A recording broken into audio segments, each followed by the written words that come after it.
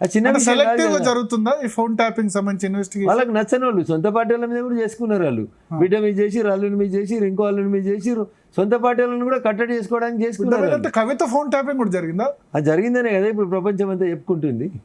రాధాకిషన్ రావు గారు అక్కడ కష్టాలు ఉన్న వాళ్ళు చెప్తున్నారు కదా, ఎవరెవరి ఫోన్లు ట్యాప్ అయినాయి ఇంకొద్ది రోజుల్లో ప్రపంచం ముందుకు వస్తాయి కదా. హరీష్ రావు కూడా ఫోన్ ట్యాపింగ్ జరిగింది. అందుకనే ఆయన రెండోసారి గెలిచినాక మంత్రి పదవి లేదు, పక్కకు పెట్టిండ్రు, ఈయనేదో వేరే వాళ్ళతో వేరు మాట్లాడిండు, గ్రూపులు కడుతుండే అనేది కదా బయట ప్రపంచంలో వినబడుతున్నటువంటి మాట. నేను ట్యాప్ చేయలేదు సార్, నాకు తెలియదు కూడా, బట్ రోజు పేపర్లలో టీవీలలో వస్తున్న వార్తలు ఇన్ఫర్మేషన్ లేకుండా మాట్లాడరు మీరు అడ్వకేట్. నేను అప్పుడే కవిత ఫోన్ సరే హరీష్ రావు అంటే ఓకే, కవిత ఫోన్ ట్యాప్ చేయాల్సిన అవసరం ఏంది? అది ఎవరికి ఉంది, సడకుని కొడుకుందా, హరీష్కుందా, రాముకుందా అనేది వాళ్ళు చెప్తారు సార్. కొద్ది రోజులు ఆగుంటారు, పూర్తి వివరాలతో అన్ని బయటకు వస్తాయి. ఆ కుటుంబంలో ఉన్న అంతర్గత తగాదలే ఒకరి ఫోన్లో ఒకరు ట్యాప్ చేసుకోవడానికి ఉపయోగపడ్డాయి. దీన్ని పోలీసు వాళ్ళు లీనియన్స్గా తీసుకొని వాళ్ళు ఇష్టారాజ్యంగా హీరోయిన్ల ఫోన్ లీనుడు, వ్యాపారస్తుల ఫోన్ లీనుడు, రియల్ ఎస్టేట్ వాళ్ళ ఫోన్ లీనుడు, వాళ్ళకి అవసరమైన పని వాళ్ళు చేసుకున్నారు. సో మీరు లీనియన్సీ ఇచ్చిర్రు వాళ్ళకి. ఇప్పుడు హరీష్ పక్కకు కేటీఆర్ పేరు చెప్తాడు, కేటీఆర్ పక్కకు సంతోష్ పేరు చెప్తాడు, సంతోష్ పక్కకు కవిత పేరు చెప్తుంది. ఇట్లయితే ఎవరి మాట ఎవరు వింటారు? ఓహో వీళ్ళ మధ్యలో పడతలేవని వాళ్ళ పని వాళ్ళు చేసుకుంటూ పోయినారు. సింపతితో పాటు డబ్బులు ఎక్కువ ఖర్చు పెట్టడం వల్ల మీరు ఓడిపోయారు అన్నారు. రఘునందన్ రావు దగ్గర డబ్బులు లేవా సార్? రఘునందన్ రావు ఇప్పటికీ మీరు అర్థం చేసుకోవాల్సింది 2018లో పోటీ చేసిండు, 19లో పోటీ చేసిండు, 2020లో బై ఎలక్షన్ కొట్లాడిండు, 23లో అసెంబ్లీ ఎలక్షన్ కొట్లాడిండు, 24లో మళ్ళీ పార్లమెంట్ ఎలక్షన్ కొట్లాడుతుండు. ఒక చిన్న 500 రూపాయల నుంచి కెరియర్ స్టార్ట్ చేసుకొని చిన్నగా ప్రాక్టీస్ చేసుకొని ఎదిగిన నేను ఇవాళ ఇన్ని సార్లు 5 సార్లు ఎలక్షన్స్ 5 ఏళ్ళలో కొట్లాడడం అనేది నాకేం రియల్ ఎస్టేట్ లేదు, వ్యాపారం లేదు, ఇతరత్ర ఏం లేవు కదన్నా. చాలా కష్టమైన పని. రఘునందరావు ఫండింగ్ ఇచ్చే వాళ్ళు ఉన్నారు చాలా మంది అంటారు. ఎవరు ఇచ్చారు? ఒక 2 దుబ్బాక ఉప ఎన్నికల్లో కూడా మీకు సంబంధించిన డబ్బులే పట్టుబడ్డాయి కదా. అది నా డబ్బులు కాదు, మా బ్రదర్ ఇన్ లాకి సంబంధించి వాళ్ళకి ఒక బిజినెస్ ఉంటుంది. వాళ్ళు హైదరాబాద్లో ఒక కంపెనీ ఇంకో కంపెనీ కలిసి ఒక వ్యాపారం చేసుకున్న డబ్బులు అవి. దాన్ని తీసుకొచ్చి దుబ్బాక ఎట్లా అటాచ్ చేస్తారు? హైదరాబాద్లో ఎలక్షన్ కోడ్ లేదు కదా. హైదరాబాద్లో పట్టుబడిన పైసలకి ఎలక్షన్ కోడ్కి ఏం సంబంధం ఉంటుంది? వివేక్ గారి నుంచి వచ్చిన డబ్బులు కూడా పట్టుకున్నారు అప్పుడు. అందుకని వివేక్ గారిని కూడా ముద్దాయి చేసిరు కాబట్టి నేను మొన్న మీడియా ద్వారా వివేక్ గారికి కూడా అప్పీల్ చేసిన. సార్ మిమ్మల్ని నన్ను అందరినీ సంబంధం లేని కేసులలో ముద్దాయిలు చేసిరు, టెలిఫోన్ ట్యాపింగ్ చేసినారు. సో ఎవిడెన్సెస్ దొరికినాయి.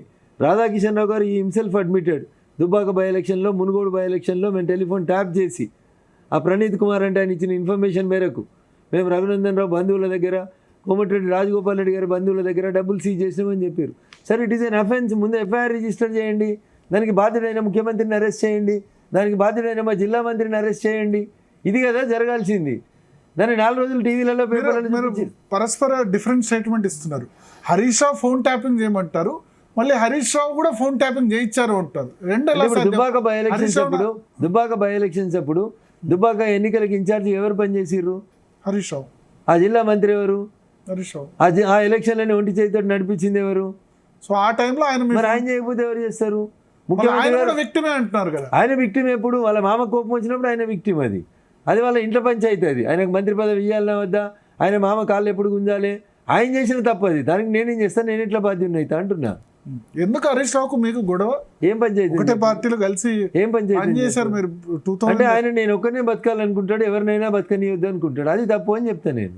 నీకు సంబంధం లేని జిల్లాలో మేము ఇంత నీకు బువ్వ పెట్టినాము, మా సిద్దిపేట నిన్ను ఆదరించింది, గొప్పగా గెలిపించింది, 600 రూపాయల జీవో అమలు చేస్తే కరీంనగర్ పోవాల్సినవి, నువ్వు వచ్చి మెదక్ లేవని బతకని అంటే ఎట్లా? సొంత ప్లేస్ సిద్దిపేట జిల్లాలోనే ఉంది కదా. ఇప్పుడు జిల్లాలో రీఆర్గనైజేషన్లో ఒక మండలాన్ని మీలాంటోడు నాలాంటోడు ఇట్లా అంటాడని ఆ బెజ్జంకని ఒక మండలం వాళ్ళ సొంతూరు తోటపల్లిని తెచ్చి సిద్దిపేట జిల్లాలో కలుపుకున్నాడు. ఎట్లా కరెక్ట్ అవుతుంది భరత్ గారు?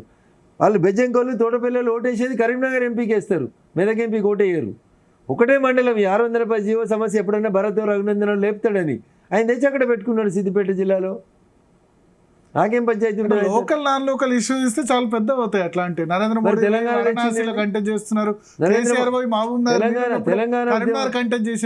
ఉద్యమం ఏంది? తెలంగాణ వచ్చినాక ఫలితాలు ఎవరికి అందాలి? ఆంధ్రాలో లేదా ఆంధ్ర అయితే తెలంగాణలో చేస్తాను కానీ పక్క జిల్లా వాళ్ళు కంటే 600 రూపాయల జీవో ఏంది? 317 జీవోలు ఏంటి ఇవన్నీ? మీరు ప్రభుత్వ ఉద్యోగాలకు అప్లికబుల్ చేసే పక్క జిల్లాలకు ట్రాన్స్ఫర్ చేసినప్పుడేమో 600 రూపాయల జీవోలు అప్లికబుల్ అవుతాయి. 610 జీవోలు ప్రధాన అధ్యక్షుడు ఆంధ్ర నుంచి వచ్చి తెలంగాణ చేస్తున్నారు. ఎందుకంటారు? ఆదిలాబాద్ వచ్చి మెదక్లో జాబులు చేస్తుంటే ఇబ్బంది రాదా? మెదక్ వాళ్ళు ఆదిలాబాద్ చేస్తే రాదా? ఆదిలాబాద్ మెదక్ ఒకటే జోన్, 5th జోన్ అంటే ఒకవేళ జోన్. నేను ఏమంటున్నా, ఒక జిల్లాకి ఇంకొక జిల్లాకి ఇబ్బంది అవుతుంది కదా. మీరు 317 తీసుకొచ్చి ఇష్టం ఉన్నట్టు పడేసిరు కాదా? వాళ్ళకి నచ్చితే ఒకటి, మనకు నచ్చితే ఇంకోటి అంటే కాదు కదన్న. సో కాంగ్రెస్ విషయం తీసుకుందాం. ఫోన్ ట్యాపింగ్కి సంబంధించి ఇప్పుడు మీరు ఆరోపణ చేశారు. దీనిలో ఓవరాల్గా ఇది అడ్వకేట్గా చెప్పండి, అంటే పొలిటీషియన్ కాదు, దీనిలో శిక్ష పడేంత వరకు వెళ్తుందా? మ్యాక్సిమం కొంతమంది ఏమంటారంటే ఫోన్ ట్యాపింగ్ ఉన్న చట్టాల ప్రకారం 3 సంవత్సరాలు జైలు శిక్ష అన్న. ఇది ఒక దుర్మార్గం, పెద్ద కేసేం కాదు అంటారు. ఇది దుర్మార్గం. మన దేశంలో 3 సంవత్సరాలు చిన్న శిక్ష, 3 సంవత్సరాలు పెద్ద శిక్ష, ఇది కాదు మన చర్చ. నేరం జరిగిందా, బెయిల్ ఈజీగా దొరుకుతుందని. నేరం జరిగిందా జరగలేదా, 7 years లోపు నేరం జరిగిందా జరగలేదా, రేపు ఇండియన్ టెలిగ్రాఫ్ యాక్ట్ పెడితే ఏం జరుగుతుంది, వీటి మీద ఇంకా చాలా డిబేట్ జరుగుతుంది అన్న. చూస్తాం కదా మనం అంతా. వ్యక్తుల వ్యక్తిగత జీవితాల్లోకి ఇన్వాల్వ్ అయ్యి మీరు ఫోన్లు వినడం అనేది నేరం, ముందు దాన్ని అడ్మిట్ చేయాలి. ప్రభుత్వం ఆ ఫోన్లు విన్నది, వాళ్ళ పార్టీ ఎమ్మెల్యేలు గెలవడానికి, ప్రతిపక్ష సంబంధించినటువంటి ఎమ్మెల్యేలు ఓడిపోవడానికి ఫోన్లు వినుకుంటూ డబ్బులు పంపిస్తూ ప్రతిపక్ష ఎమ్మెల్యేని ఇబ్బంది పెట్టింది. అట్లాంటి పార్టీ అట్లా చేసినటువంటి కేసీఆర్ అన్నారు 1-2 రోజుల ప్రెస్ కాన్ఫరెన్స్ పెడితే అందరు గుట్టు విప్తా. కేటీఆర్ అన్నారు ప్రతి గవర్నమెంట్ ఇట్లా చేసింది. మరి కిరణ్ కుమార్ రెడ్డి టైంలో కూడా జరిగింది, కాంగ్రెస్ గవర్నమెంట్ లో జరిగింది. పెగాసస్ ఏది మరి మోడీ గవర్నమెంట్ టైంలో పెగాసస్ సాఫ్ట్వేర్ పంపించి లాస్ట్ ఎలక్షన్ లో పెద్ద ఇష్యూ అయింది. సుప్రీంకోర్టు కూడా దాని మీద సీరియస్ గా రియాక్ట్ అయింది. ఏం రియాక్ట్ కాలేదు, ఎవరేం చెప్పలేదు సార్. సో దేశంలో ట్యాపింగ్ అనేది చట్టబద్ధంగా జరుగుతుంది. ఎవరి లెఫ్ట్ వింగ్ ఎక్స్ట్రీమిజంకి సంబంధించి, ఐఎస్ఐఎస్ తీవ్రవాదానికి సంబంధించి, ఈ దేశ సమగ్రతకి భద్రతకి ఇబ్బంది కలిగిస్తున్నటువంటి సంస్థలు, వ్యక్తులకు సంబంధించినటువంటి టెలిఫోన్లు ట్యాప్ చేయడం అనేది కిరణ్ కుమార్ రెడ్డి ఉన్నా జరుగుతుంది, కేసీఆర్ ఉన్నా జరుగుతుంది, రేవంత్ రెడ్డి ఉన్నా ఇప్పుడు జరుగుతలేదా? పొలిటికల్ గా చేయడం అనేది నేరం. అది మోడీ గారు చేయలేదు, పెగాసిస్ చేయలేదు, ఇవన్నీ తప్పుడు ప్రచారాలు. ఇవన్నీ ప్రతి ఎన్నికల కంటే ముందు ప్రతి ఎన్నికల కంటే ముందు ఒక బూద జల్లే కార్యక్రమం. ఒకసారి రఫేల్ అంటారు, ఒకసారి పెగాసిస్ అంటారు, ఇంకోసారి ఎలక్టోరల్ బాండ్స్ అంటారు. ఇంతకు మించి ఏముంటుంది, బట్టగలిసి మీద ఎవరేసి దులుపుకోమని చెప్పడం తప్ప వాస్తవంగా జెన్యున్ అక్కడ జరుగుతుంది అది కాదు. అక్కడ అట్లాంటివి ఏం జరుగుతలేవు కూడా. బేసికల్గా జరిగితే మరి సుప్రీంకోర్టు ఎందుకు ఊరుకుంటుంది? ఊరుకోదు కదా. సో ఇవన్నీ కూడా సుప్రీంకోర్టులోకి పోయిన కేసులే. రఫేల్ పోయిందే, పెగాసిస్ పోయిందే, అన్నీ పోతూనే ఉన్నాయి, అందరం చూస్తూనే ఉన్నాం. ఏమి లేని చోట ఏదో ఉందనేటువంటి ఒక ప్రచారం చేయడమే కాంగ్రెస్ పార్టీ పెద్దలకు సంబంధించినటువంటి అంశం.